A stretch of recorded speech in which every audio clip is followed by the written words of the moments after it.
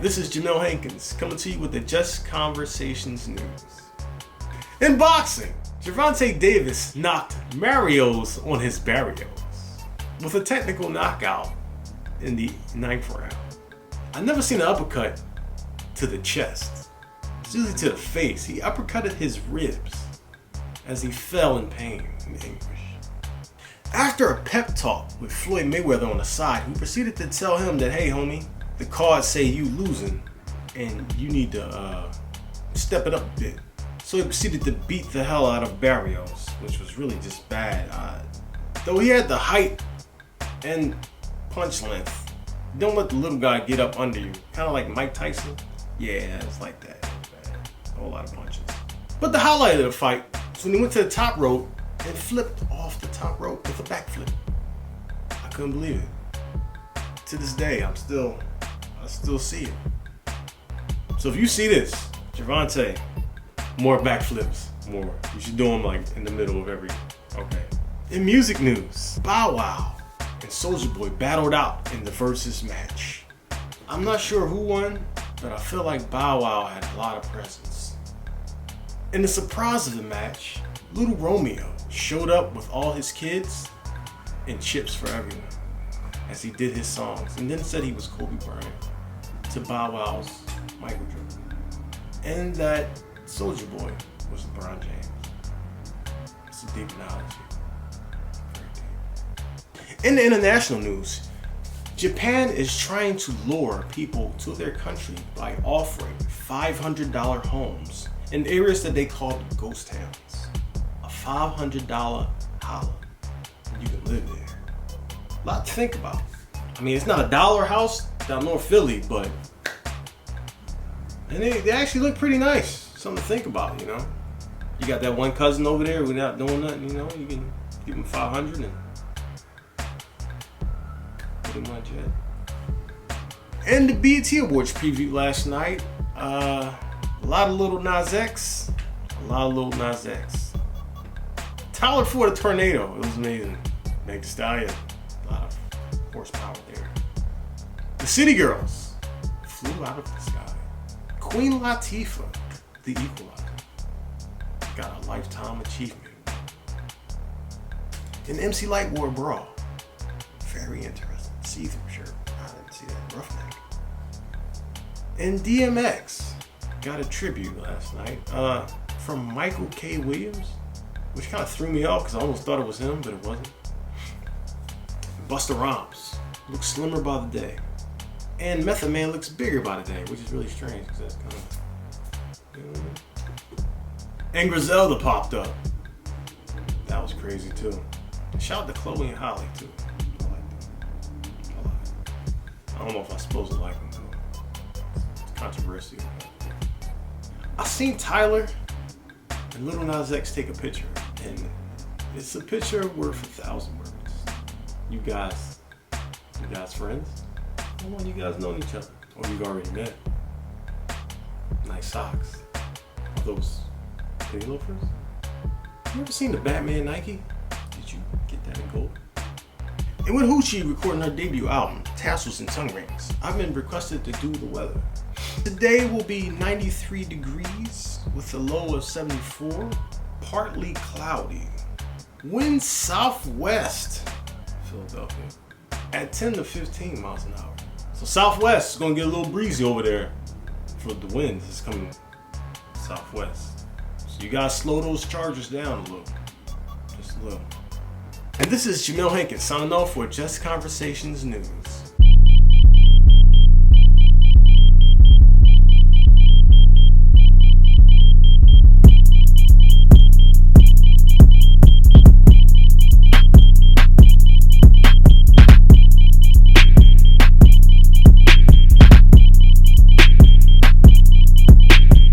Welcome to the 20th episode of Just Conversation, no interviews. This is actually the beginning of season 2, so sit back and prepare for a ride. We are going to be having more conversations with different people, talking to who are experts in different subjects. Some people call it an interview, but we just call it a conversation. So today, with me today, I have my main man from A1 Credit Repair, a man named Dane. He's going to talk to us today about what credit can do for you, how far good credit can take you, and how low bad credit can take you. And we're going to talk about what's the difference between, cash, credit, and with all these pandemic millionaires running around, are we going to see a colossal collapse of the economic system? It's like, no, I'm joking, but we're going to talk to him about credit, though, and credit worthiness. So how you doing today, Dame? How you making out? I'm good. You all right? Thank you for showing up today. I know it was kind of crazy day. Thank you very much. I know a busy man like yourself. Thank you for showing up for the show today. Got time. All right. How long? Give people backstory. I probably know this guy, this gentleman, for about 5 years. Strong guy. He's very stand up. I actually have referred him to about 5 to 10 people at this point. Yeah. Nobody has ever complained about his results. So therefore, if he did my people right, I think I should do the pleasure of introducing you guys to a credit repair guy who's more personable than some of the big companies, and he's not going to try to dive all in your pocket, but you got to pay him. So let's just get into some of these questions that I have, because how important is credit on your journey? How important have you found out credit to be? That's very important. I mean, if you don't take it serious, you're gonna end up in a hole. I mean, because credit can pretty much like change your life depending on what you want to use it for. Like if you want to go into investing, pretty much learning how to leverage credit to get more stuff done is very important. Even if you want to get a car and in terms of like interest rates with houses and stuff like that. So it's pretty much, it's very important that you be up on it. Because if you don't have the knowledge, I mean, you a sucker. They gonna take your money. So you don't, so you've seen people. How about you? Have you been one of those people when you're young and you want a car? You go to the dealership and you get that 19% interest rate. Oh yeah, first car come out the back. They see you coming. Oh, you got a Vic. There you go. They gonna slap that junk about 12%, $600 a month. Yeah. Before the insurance.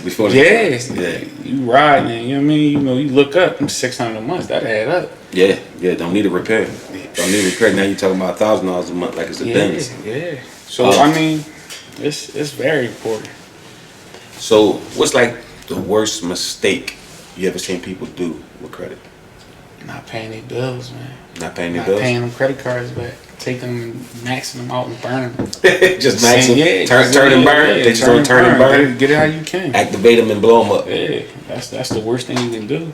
Because now you got to go through the process of getting your shit back in order. Well, then they call you. Yeah, that's what I'm here.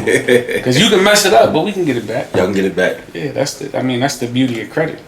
So, when this pandemic happened, a lot of people, some people actually who might have had good credit, they probably lost their credit. Losing their financial estate, using their, their. I mean, we got a lot of pandemic millionaires, so that's like. Yeah. It's like we ain't talking about the pandemic millionaires. I see y'all out there. Y'all looking good, man.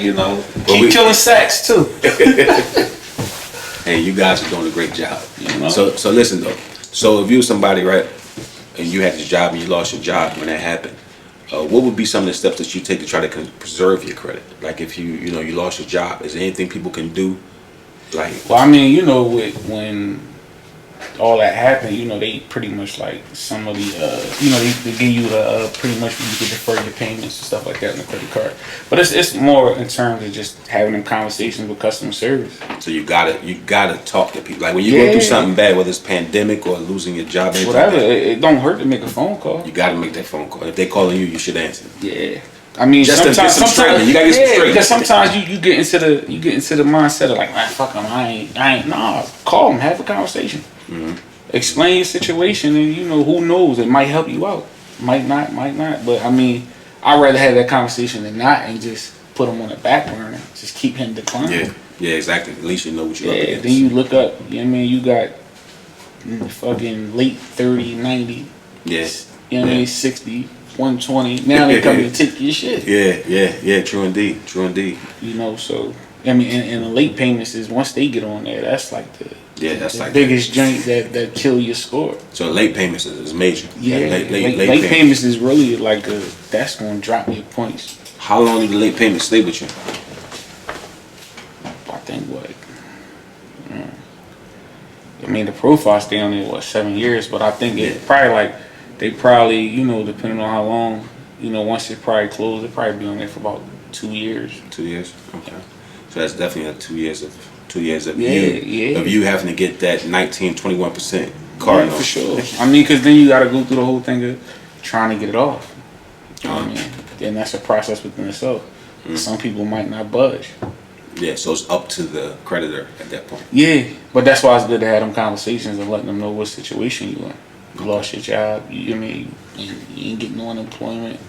Yeah, help me out. Yeah, give me some hell love. yeah. So, when you were young, what type of credit should you be? So if you're young and you buying something, what kind of interest rates should you be looking for? So if I'm going to go buy that car, and not even young, just a person in general, serious. Like if you're going to go buy a car or you're going to go buy a house, what kind of interest rates are you looking to hit? I mean, like your average interest rate for like a car, around like 5%. 5%. But it's based on what the bank is offering too, like whatever bank or credit union you're going to. Okay. You know, but you want to be, you know, like you probably, you know, like if you get in a house, you want to be within, what's that, like 3%, 4%. You want to be in them, you know, them good ranges. Yeah, them good ranges. Yeah, so house, you want to be, you know, okay, around 3, and car is like 5. Yeah. Somewhere in the area. That way you're not bleeding. Your money's not bleeding. Yeah, because I mean, after a while, you know, you never know what's going to happen. And if you're in a position where you can't afford a payment, now you're talking about losing whatever it is that you had, whether it's your house. Like repo. Yeah, Or foreclosure. Yeah, foreclosure. foreclosure. Okay. You know, now they coming to take your shit. So I know you're seeing some pretty bad credit and profiles and stuff like that. How long does bad credit stay with a person? So if I'm sitting home right now and I'm watching this, and I just went through the pandemic, everything was messed up. Let's say I had a restaurant or bartender job, and I was making, you know, some of the bartenders make pretty good money. Right. But during the pandemic, you're not making that same amount of money. Or if you're a waitress, you made that same type of money during the pandemic, because those jobs are based on people being outside and and spending. So how long, if somebody who just went through like a bad, you know, it's been a whole year and some change now, how long do they have to wait to start rebuilding? Or should they how long would that, if they had no way to come to you and get their credit fixed, how long would those bad things stay on their credit? What, 7 years? 7 years. 7 years before, you know, you can get it off. But I mean, like in some instances, like if you just got bad credit even before the pandemic, depending on because most people they come in, oh, I got bad credit, but when you look at it, it's like you got a bunch of old shit that you just never paid. So older accounts is easier to move compared to like new joints. Like if you just out the blue, fucking I ain't paying them or whatever, that's kind of hard to work with compared to if you got something that's 4, 5, 6 years old. Because there's ways around that, you know, stuff you can do to get it off. Okay. And when you're in these processes, what's a good credit range people want to like keep their stuff at? Like what numbers would you want to try to keep your scores at to get? You know, everybody's not at 850, so like what's a good in the 7s? Yeah, high 6s, 700s. And that's a pretty good range to pretty much get. Yeah, but I mean a reasonable right. rate. But that's, you know, all that's based around your usage rate too. Okay. You know So explain that. The usage rate, you know, like once you go over 30%, your score drop. I would advise you keep it at like 10%. You know, because it also puts discipline in it. So you just not spending just to be spending. Mm-hmm. You know what I mean? Because you never know what you're gonna be up against. We don't know. Shit happens. So what about a guy that says, "Well, I'm at the 50 percentile"? What does that mean? Bro, you need to like lower it. If you're trying to now, it all depends on what you're trying to. Now, if you have 50%, but you really ain't got nothing going on, you don't plan on doing anything, and you just chipping away, that's cool. But if you're trying to do something, I wouldn't keep it that high. I would keep it 30. I mean, you ain't got to do 10%, but you know, between 10% and 30% is where you land at. Yeah. I would try to keep it as low as possible. Okay. But that all falls in the line of not living beyond your means. You know, long as you know, I mean, you get it. Long as you, because you know, some people they get that. Man, I got 100,000 in credit. Now they living like a rapper. So you know what I mean, and you know the thing about credit, like you don't want to get credit to be more than your cash flow. Okay. Because now you pretty much like, let's say you getting hard times, your cash flow can't cover the debt, so you jammed up. Because now you pretty much you just chasing your tail because everything you put in, going straight out. Right. You can't do nothing. Yeah, you can't sustain nothing. And that happens a lot with people because you know people, you know, they just living life, man. I mean, to each his own. You do what you want to do. You can fix your credit and ball out. And then see you again in 2 years. Yeah, that's cool. It's a revolving door. It don't matter to me. It's business. It's nothing personal. So, tell me this: you ever seen like I never seen an 850 credit score? It's like the unicorn. You ever seen somebody with an 850 credit score? Nah.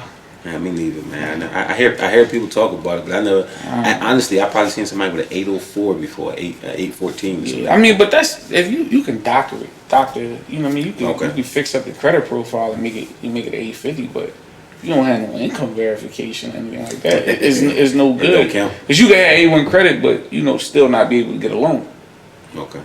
You know what I'm saying? Like you know what is it? You can have all that, you don't have no employment history. You don't have nothing. Yeah, so that really don't. It's not the days of no doc loans. Right. That was the early 2000s. Them days is over. The no docs are over. So, in your opinion, which one is better, cash or credit? Credit. Is that credit better? Yeah, I'd rather spend the credit and keep my cash. That's a good one. When I was young, I loved the cash, but now I understand.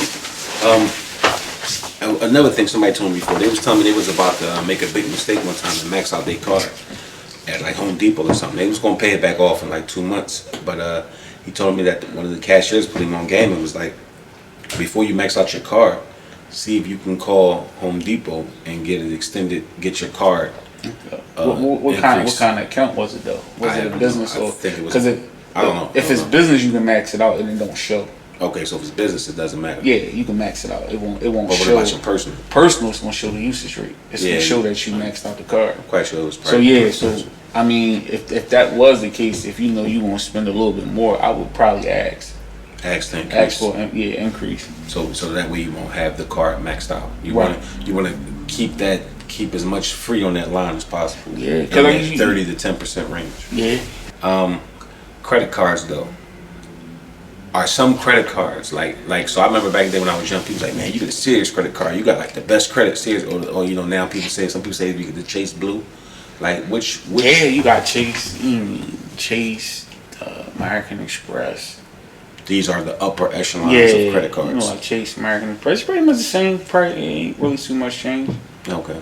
I heard people say like once you get a bunch of those Capital Ones and Visas and shit, you can't get like certain cards because once you got too many in one card, you don't got too many. Well, they got some joints where like they got the rules where you can open up so many cards within like a certain amount of months. Okay. So you know it's just pretty much like a waiting period. Like if you let's say you open up 5 cards, you know what I mean, within like 3 months, you probably wait year and a half to open up. Yeah. So, when I ever talk to people when they have companies, I always want to know like, what's the difference between you and anybody else that's repairing credit? Like, what's the thing that makes you stick out between you and the competition? I mean, I'm just gonna be real with you. I'm a straight shooter. I ain't gonna feed you no bullshit. Tell you gonna expect something that ain't gonna be there because it's a process. So I'm not trying to sell you anything just to get your money. Okay. And how long have you been doing credit repair? What, year and a half? Year and a half. Okay. Hey, anybody out there got any questions about credit? What's up, Chan? Secure credit cards. Fuck them. No, I'm bullshit. Damn. No, I mean like now, it's ways to get around that. But if that's your route that you have to take, then cool. Cause sometimes it all because also when you mess it up, you do gotta pay to get it right. So, if you don't have the money to pay for other ways to boost it up faster, then I would recommend you go ahead and get a secure credit card. Okay. That's it, but it's a longer process. Got you. Because I was listening to a lyric from a rapper named Money Man, and he was saying in the song that if you're 21 and you wanted to boost your credit score, he suggested that you open up at least 4 accounts for that, put the money in, and don't touch it. Just let it just sit. Because he said that every time your payment came up, as long as you had money inside the card, it was fine because you made your payment. Right. Would that help boost up your credit? Yeah, I mean, because it's putting a actual line of credit on there, so you know what I mean, the more credits you got, the lower your usage rate. So if you open up 5 of them and you don't using them, so let's say you do 500 a piece, that's what, 2,500. Yeah. So you got $2,500. So when you go to a bank, it'll look good because you made a payment on all of them. So now it look like, oh well, he can uphold $2,500 worth of credit. So we may be able to give him, let's say they want to give you 5,000 because they see you maintain the payments on those 5 cards. That's awesome. I got with a certain crowd, and it was like, listen, use your credit instead of using your own money, because now if you get in a jam or if you order something, they taking the process on your money, and Right. then on the credit card, right? Right, because you leaving a responsibility on them. It's their money, so they gonna make sure they get it done fast. Opposed to like you using yours, they gonna take their time. But it goes back to like, if you gonna live like that, I would recommend you like don't like, all right, I got 50,000 in credit, I want to live with 50, and you don't have that money like that.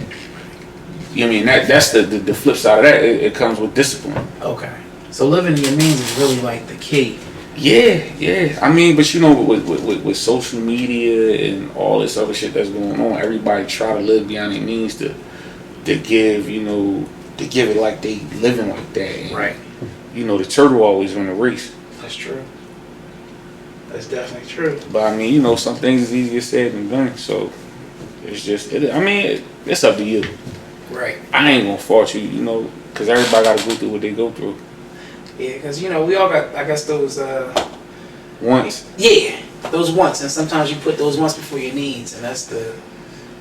Yeah, but I mean, that's life. It come with time. It come with, sometimes you gotta fall to get back up, to realize like, damn, I know not to make that again. I know not to do that. So, what's like one of the worst things you ever did with credit when you was young? I'm quite sure you I was had one a of good them bang out. boys, like I used to listen, like my uncle, he got bad credit. My man, fuck the motherfucker, I ain't paying no shit. Paying when I see him. Yeah, I pay him when I see him, but then, as you get older, you starting to try to do shit. Like, I'm trying to go ahead and get an apartment. Like, you make good money, but your credit is hard. We don't know if you're going to pay rent. So once all that started happening to me, as me trying to make my own moves as I get older, you start realizing like, yo, you really do need that. Because I don't want nobody co-signing for me. So, I went and, you know what I mean, I had paid somebody to fix my credit. It took like a couple of years, but, Took a couple of years trying to fix it? Yeah. Oh, shit. You must have had some real bad credit, huh? No, it was the way they did things. Or they milked you? Yeah, They they milked the cow. Oh. They knew what they was doing. They stretch out everything. Oh, you only gonna do a couple of months. And, they do that to pretty much, get as much. Keep that monthly payment. Yeah, Keep that monthly payment on you. Yeah, they gotta keep the lights on. Like, somebody gotta be the fool. Was that what made you want to say, hey, I can fix my own credit? Yeah. Like somebody had put me down. Like, yo, you ain't gotta do that. There's ways, you can do the same thing they doing. You can do it yourself. So it was like, oh, all right. You know what I mean? Then like, I think like a couple months into like last year, I was like really thinking about like, damn, man, like somebody I work with was doing it. I kept asking, yo, you could hook me up, and just being on the internet, I ended up like finding this, platform, and it pretty much helped you with doing everything. So I just been doing it since then. What gave you the confidence to want to take other people on besides yourself? Because like when you're doing it with yourself, it's like, okay, I can lollygag here, I can do that. But now you're doing it with someone else, and it's their business. Like, what gave you the confidence to say, you know what, I can do this? I mean, because I don't have a problem with helping people. I don't have a problem with helping nobody. Like, you know what I mean? Like the more you can give out, I look at it like the more I give out, my blessings gonna come one way or another. So, like if I can help you better your situation, cool. Now what you do with, you know what I mean, to help, that's on you. But as long as I'm able to help you out, I don't have a problem with that. Now, because like look at it right. Once you start learning like about money, how credit works, you start realizing like us as black, we so we out the game. right.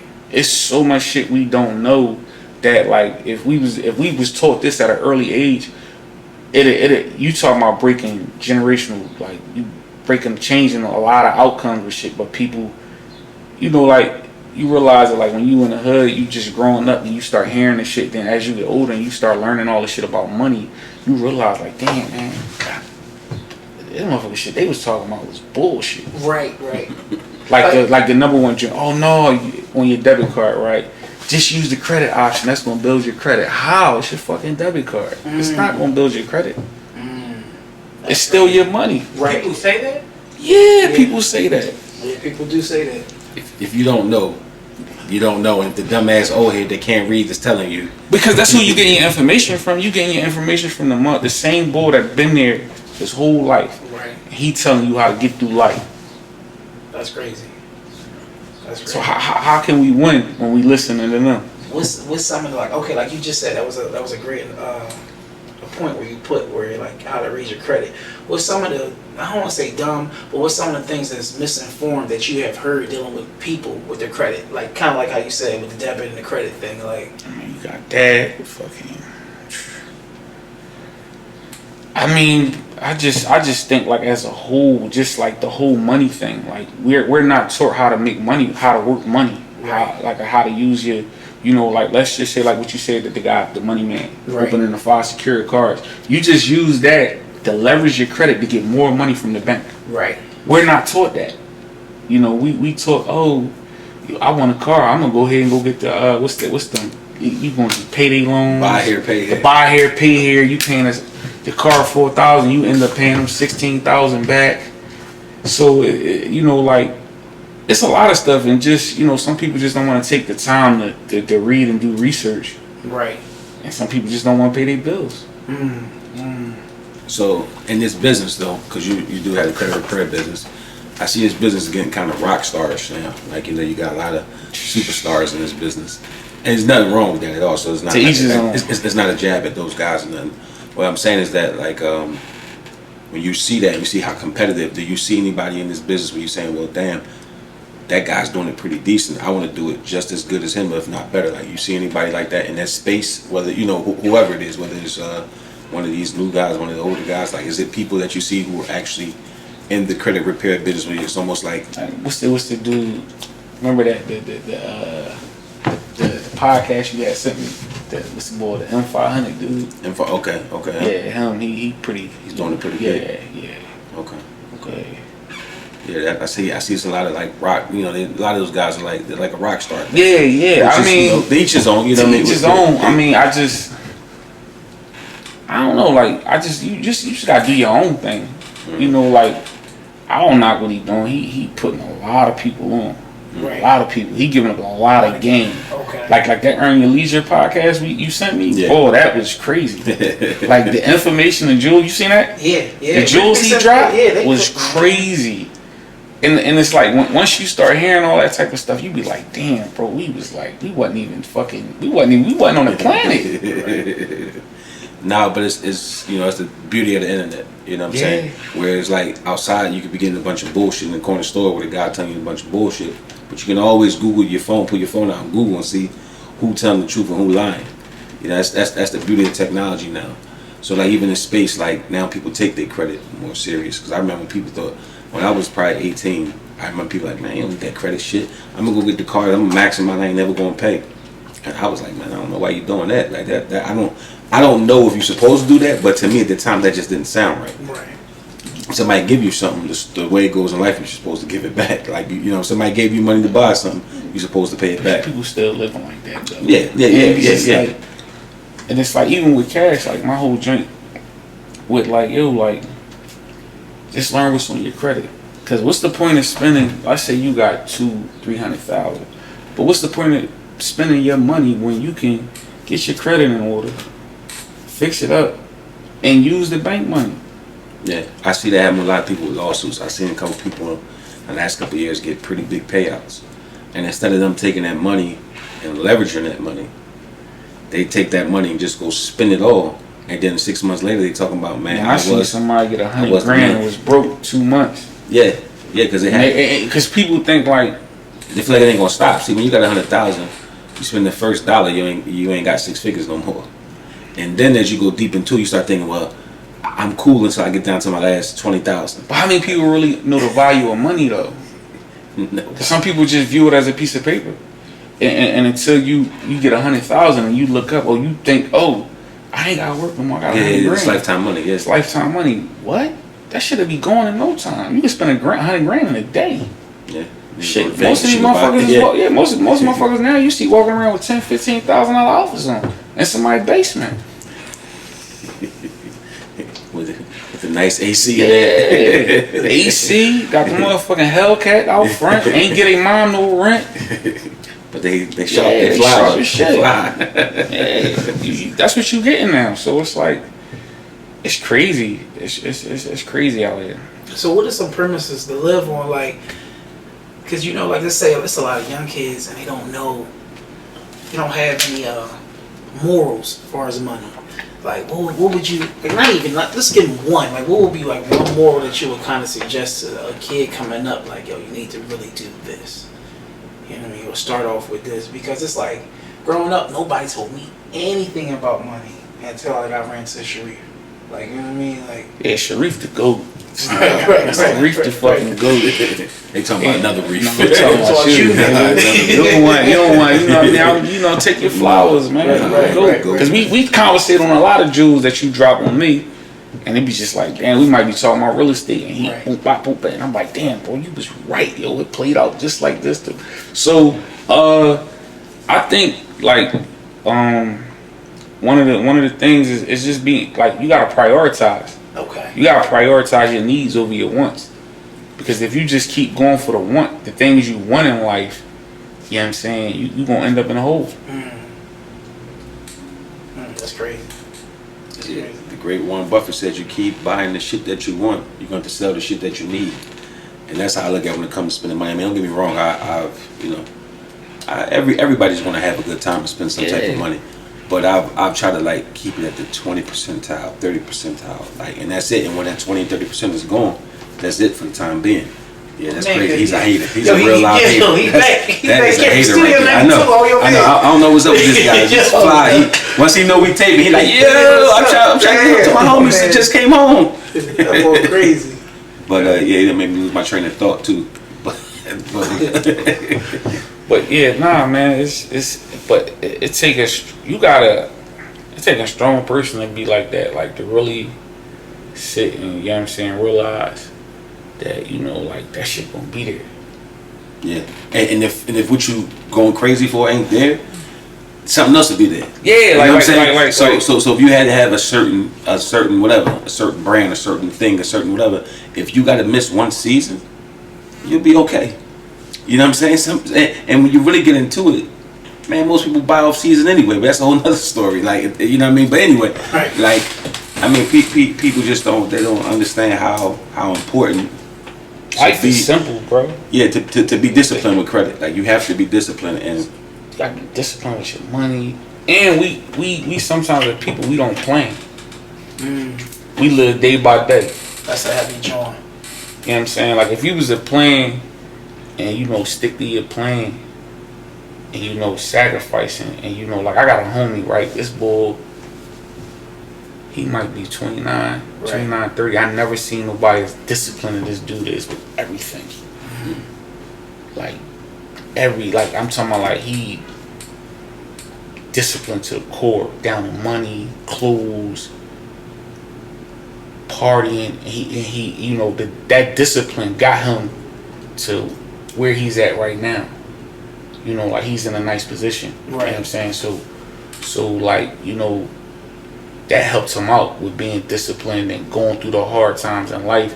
It teaches you, like, yo, just be disciplined, because all that shit is gonna be there. Right. Yeah, it's definitely like, if you trying to do it for the card, it's gonna be, by the time, let's say you trying to get the Hellcats or whatever everybody buying, right? But your credit ain't in order, so why not just be patient? Get it to where it's in order, so your payment won't be $800 a month. Yeah. It'll be $300-$400 a month. And you ain't gotta put no crazy down payment. And while you're fixing your credit, you need to be learning how to buy a car. And you'll learn you don't need to buy that year's Hellcat. You probably can buy 1-2 years from 2 I years. mean, the car shit is overrated. Yeah. So what I'm saying is that, but if you know, it's a way to buy things. Right. Yeah. You don't necessarily got to get the brand new car. No, you're gonna get the same feel. You're gonna get the same feel, same. I got a 2020, but the 2018 got the same thing. The 2020 same exact thing, but you just paid 30 grand more. Yeah. You know what I'm saying? And then you know some people never. I mean, I see now people signing 8-year car notes, 7-year car notes to pay a car off, and I'm like, holy shit. Is that a bad thing? That's horrible. That's horrible. Then why is that horrible though? Because you go find anything in this world you can pay $40,000 for in 1 year, and over that time you get done paying for it, it's probably be worth $5,000. Okay. But you know, now they got that thing where they telling you can do all that, like pretty much, and turn your car to like Toro and stuff like that. So, I mean, yeah. If the Toro Avenue works out for you and all that, yeah, that makes sense because you're not buying a car just to drive around. You're buying a car for leisure. Right. I mean, you're buying a car for business, so yeah, that makes sense. But if you just buying a car and you have no plan of doing Toro or anything else like that, and you just buying it for the look, now you have just invested in that car for 8 years. What car still has the same impact from 8 years? none. You know what I'm saying? So Right. eight years ago is 2013. Right. What car from 2013 has the same effect today? None of them. Right. So you just took out that long payment over that long amount of time for a feeling that's not even there when your payment is complete. So, you know what I mean? But if you would have took that same money and just put it into something that had a 5% return, whatever that could be, Right. mutual fund, whatever you found, what you're going to get out of that is going to be better than what you got out of that car. That was funny because I was just about to ask you about saving. So if I took that same, so let's say I just said, you know what, I'm gonna downgrade. I'm gonna get something I can afford to get me to work. What am I gonna do with the rest of this money? Now I'm not great at investing because I don't know too much about it. What would you say will be a good thing? Because I know that if I put $5,000 in my saving and I keep it in my room, that's not going to be the same $5,000 in the next 4 years. You know what I'm saying? What I would tell you is I'm not a licensed specialist. Right. So whatever you do with your money is what you choose to do. I tell you, it's great companies like Vanguard, Fidelity. They can help you with that money, and they can put you in something either low risk or high risk. It's completely up to you. You know what I mean? It's a lot of things you can do with your money. It just starts with research. Like it may be like, hey, Google, I got $5,000. What should I do with it? And you'll have a place like Motley Fool will come up with suggestions. Everybody has suggestions, and there's no right or wrong answer. It's just you're going to take a chance with it and do something, and either it's going to work for you or not. Right. You know, but for me, you know, investing is it takes a lot of discipline. It's not for everybody, but everybody can do it. Right. So if you're not going to have the proper research and you're not really, so if you're looking for the investment to give you the same feeling as that Hellcat, Right. it ain't going to happen. Yeah, because It ain't going to happen at that problem. moment. It ain't going to happen at that moment. Right. But the feeling that you're going to have 10, 15 years from now, when that, you know, is going to be a different feeling. Because at this point in your life, you're going to start to feel security. Right. You'll be like, damn, my seeds I threw down are starting to grow trees. Okay. Now they can block out the bad times, you know what I mean? Right. But if you don't start with throwing down the seeds, Right. then I mean, I guess you can just have a good time, and there's nothing wrong with that. If that's what your thing in life is to do. I'm not here to ever tell nobody what to do. You know what I mean? I just know that I've seen it done both ways, and I see the people who sacrifice 10 years of their younger years. So sometimes you got to sacrifice your 20s, and you might sacrifice your 20s, 20 to 30. You may sacrifice when everybody else is out playing around and becoming a star. You sacrifice those 10 years, and then you get to 30, you so far advanced than the average person your age, you have time to bullshit around. Right. But first you got to put the work in to be able to bullshit around. See, the work, it don't go like you just want to be you're gonna wake up one day and you're gonna get lucky. That's like dice. Right. Don't happen for everybody. Some people do happen. A lot of people try that formula, but it doesn't happen for everybody. It's not gonna work. So, but I know that if you're really gonna try something, you're gonna take your extra money. You're gonna keep your credit straight, because you can do something fly with credit. You can take credit if you're very disciplined, and you can take a credit line that's charging you 2%, interest rate, right, or maybe even 6%. And if you can somehow take that money and put it into an investment where you can focus and work on trying to get 10 to 15% a month. I'm not saying that everybody knows how to do it. I'm not even saying you should do it as a first-time investor. I'm just saying you can leverage good credit into different things. Working with people and taking other people on, is that taking a lot of time out of your life to do that? You know what I'm saying? Because a lot of people just think like, yo, you the credit man, this is what you do. You know what I mean? They don't take in consideration of other things that you may have going on. Does it take up a lot of time dealing with a lot of people and their different personalities and stuff like that? Not really.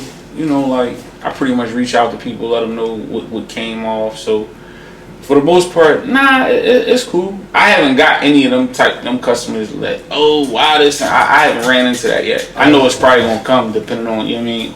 That's love though. So for the most part, nah. I mean, right now I'm not working, so we do the same thing.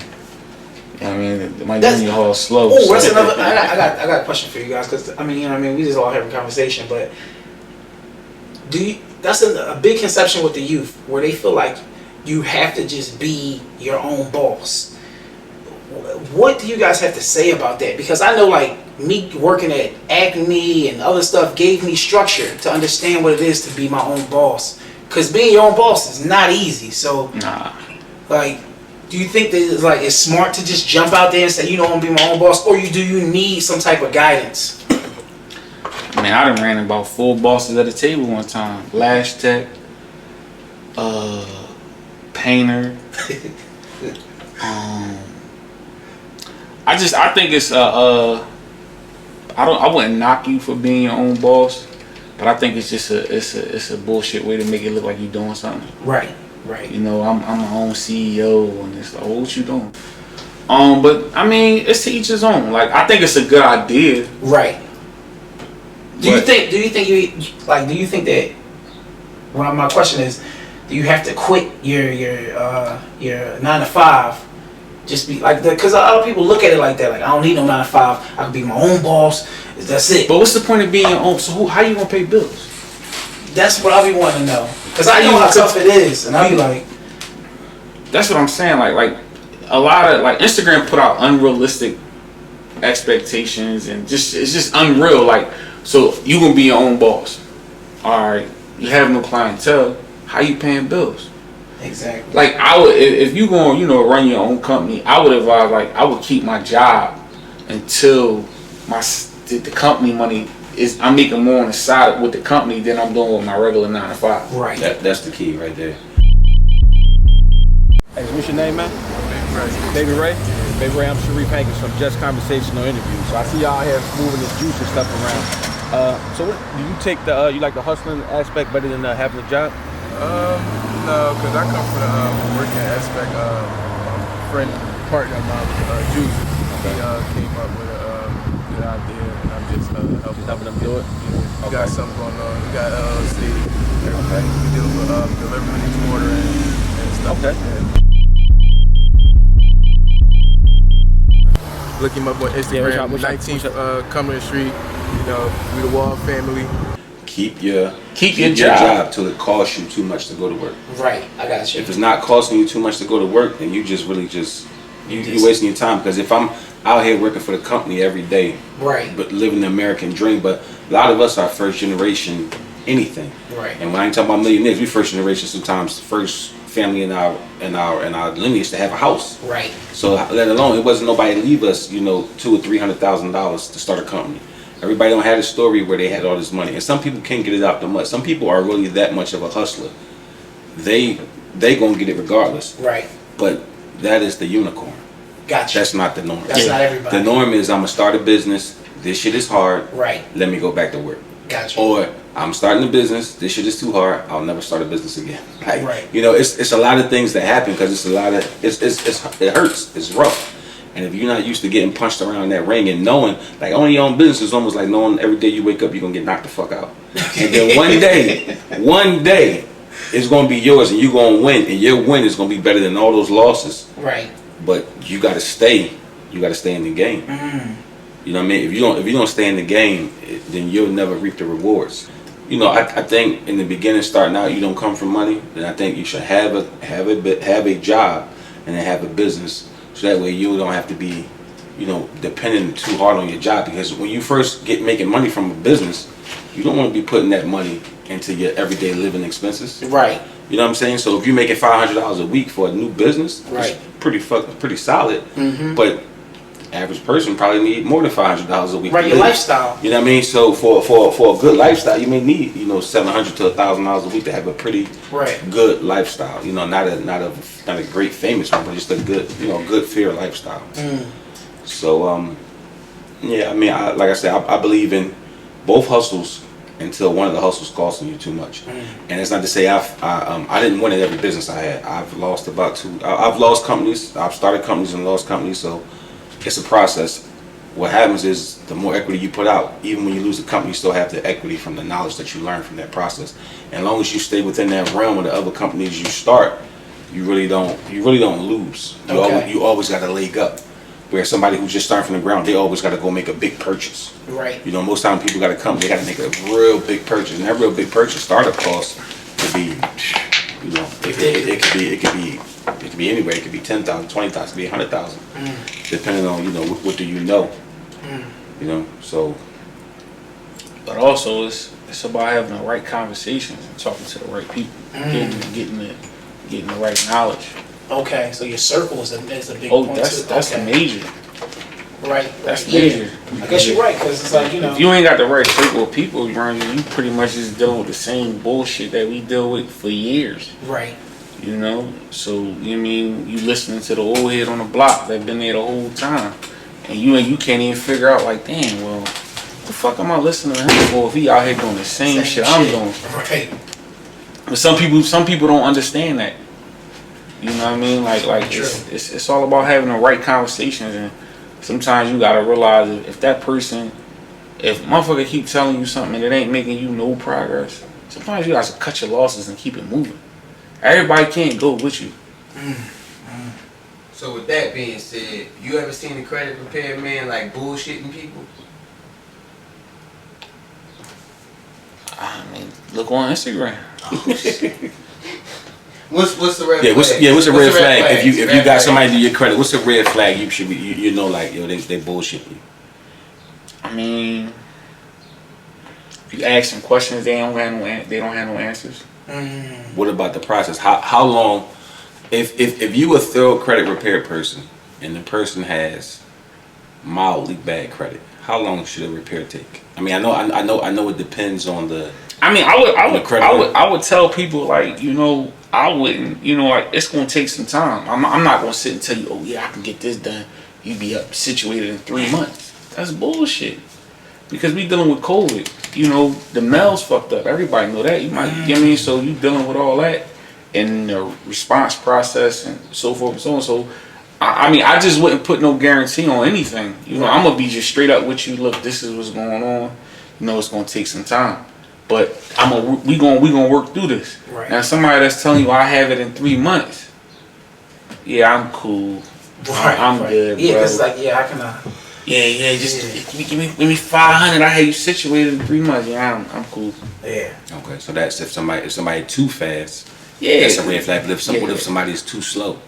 Like what if you've been working on my credit for 2 years? Is that? I mean, I know you said years to 2 years back in the day. I mean, because the person might be taking their time with challenging, Okay. doing whatever they gonna do. They might be doing 2-3 items at a time. Okay. You know what I mean? So it can hit the 2 year. Yeah, it can. But then it depends on like, what are you trying to get off of there? So what's some things that you can't remove? Is anything that you can't remove? How about that?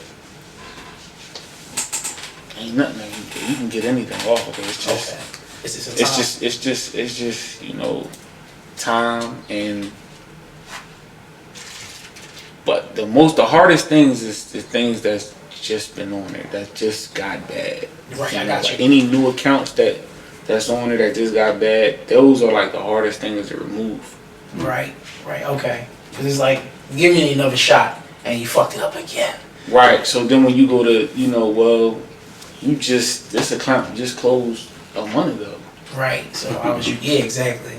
Where you could have called and be like, look, I'm going through something, can y'all help me out with, the This payments and so right. forth and so on. So, I think that the hardest things to get off is like the early accounts.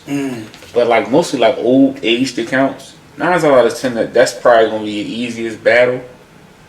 You know, that and probably like, you know, student loans. Okay. Those probably be a little hard to get off. But Ooh, question. So like if a creditor calls you, let's say you're dealing with a student loan, or let's say like, I don't know, you know, they send their credit to someone else and they calling you. I don't talk to them. Okay. So you don't when that third party. What I'm talking to you for? Right. So you're not the person who I did business with. Okay. So when the debt is sold, it's no more good then. It's no good. I don't owe you nothing. I owe them. Okay. I mean, but you know, some people fall for that and they still pay them anyway because you can pay them and they don't take it off. Wow. Man, I never knew that. Yeah, That's a heavy joint. Yeah, like they go back and forth with you about that. You could pay them and it still stays on there. Whoa. Damn, that was crazy. Yeah, it's crazy. I mean, but so you would never pay those people at no expense. You would never pay those. Nah, because you gotta verify. You have to verify that me and you initially started that debt. If you can't verify that, I'm not paying you nothing. It's a dumb question, but I'm just saying it because I'm illiterate to the whole thing. Is it going to be a point where crypto and credit meets at some point? Who knows? Yeah, I mean, on that credit card, that commercial, they got that Visa crypto card. But right now, because crypto up in the air right now, this is not a good year for crypto at this point. I wouldn't say not to sell and get rid of it. It's Buy all that shit. I would just say pay attention, and if you have spare money, if crypto crash is no different than when money crashes when you go out in the club and you that crypto crash is crazy. That crypto crash is crazy. I told you before you did it, right? I said play it, be careful. I said don't play with nothing you can't lose, right? That shit crazy. Like, you look up. I mean, but you know, I think one of the big reasons why it took off like that because of the pandemic, like, is people got money. So it's like, where I'm gonna put the money at? Yeah, it's not really to spend it on because now everything opening back up. So shit is like balancing itself. Yeah, money gonna start funneling back over to other places.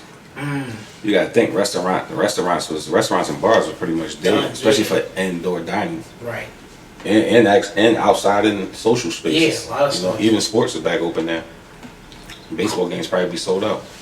Question with us as black people is, do you see it in a better?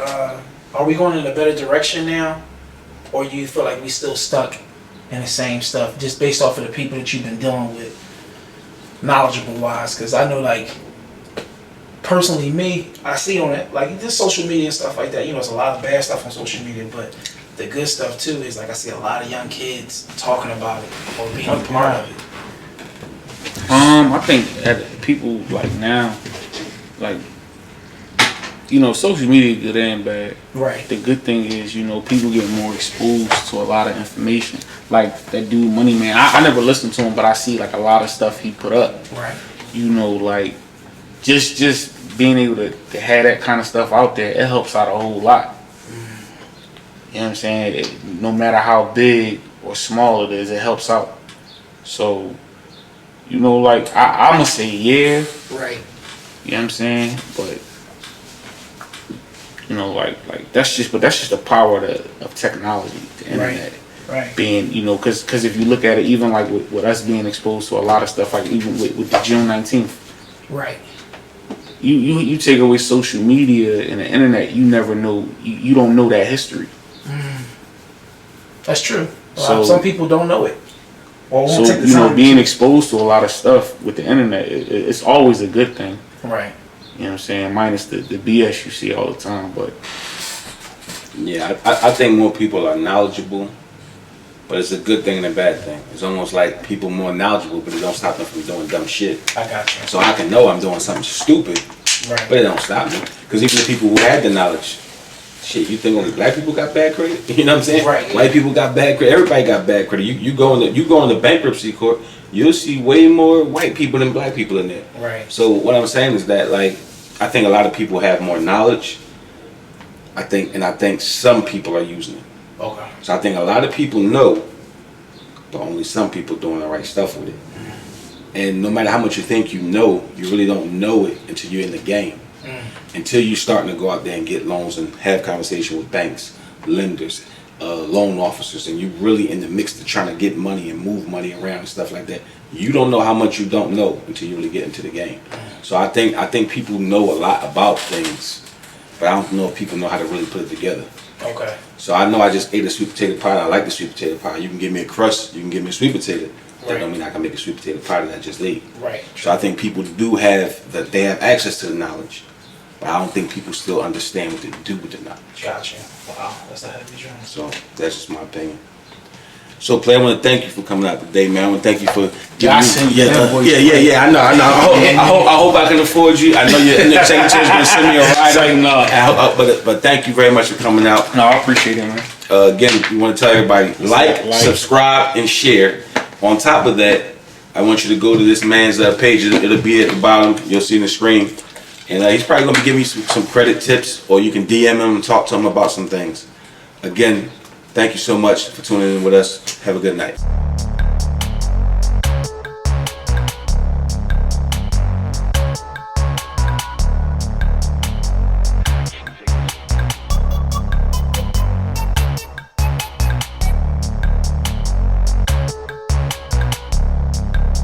Hey, come on, man. What the fuck, man? Not today, man. I'm trying, baby. I'm trying. I want to hear that shit today.